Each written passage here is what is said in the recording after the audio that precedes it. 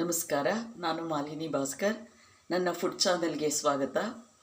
ನಾನಿವತ್ತು ರಾಗಿ ಹಿಟ್ಟಲ್ಲಿ ಚಪಾತಿ ಮಾಡೋದು ಹೇಳ್ಕೊಡ್ತೀನಿ. ಇದು ಮೃದುವಾಗಿ ತುಂಬ ಚೆನ್ನಾಗಿರುತ್ತೆ.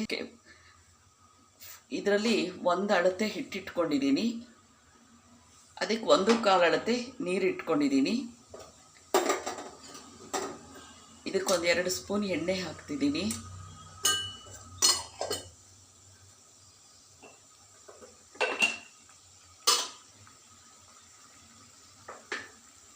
ರುಚಿಗೆ ತಕ್ಕಷ್ಟು ಉಪ್ಪು ಹಾಕ್ತಿದ್ದೀನಿ. ಹೀಗೆ ಕುದಿಯಕ್ಕೆ ಬಂದ ತಕ್ಷಣ ಹಿಟ್ಟನ್ನು ಹಾಕೋಣ.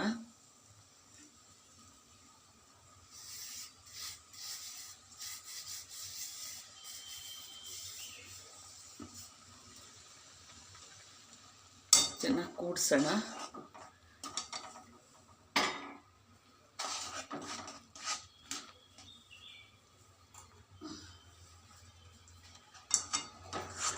ಮೃದುವಾಗಿ ತುಂಬ ಚೆನ್ನಾಗಿರುತ್ತೆ ಇದು.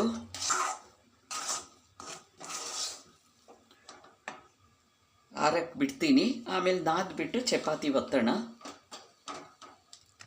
ಈಗ ನೋಡಿ, ರಾಗಿ ಹಿಟ್ಟನ್ನು ಬಿಸಿ ನೀರಿಗೆ ಹಾಕಿ ಕುದಿಯೋ ನೀರಿಗೆ ಹಾಕಿ ಬಿಟ್ಟು ಇಟ್ಕೊಂಡಿದ್ನಲ್ಲ, ಅದನ್ನೀಗ ಚೆನ್ನಾಗಿ ನಾದ್ತಾ ಇದ್ದೀನಿ.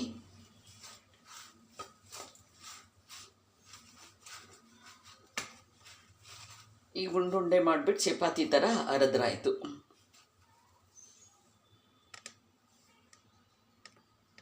ನೋಡಿ, ಚಪಾತಿ ಥರ ಅರಿತಾ ಇದ್ದೀನಿ.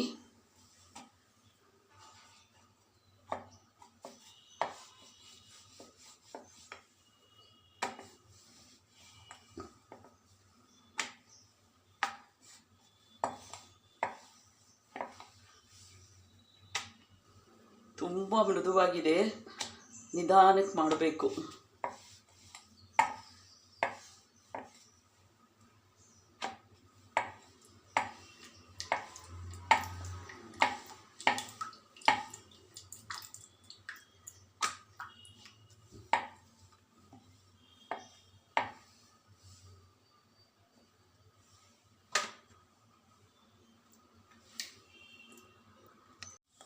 ನೋಡಿ, ಹಾಕ್ತಾ ಇದ್ದೀನಿ.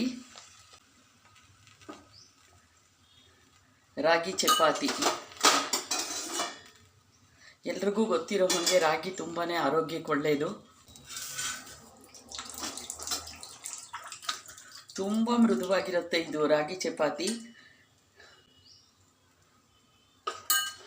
ರಾಗಿ ರೊಟ್ಟಿ ಗಟ್ಟಿ ಅನ್ನೋರಿಗೆ ಬೆಸ್ಟ್ ಆಲ್ಟರ್ನೇಟಿವ್ ಇದು.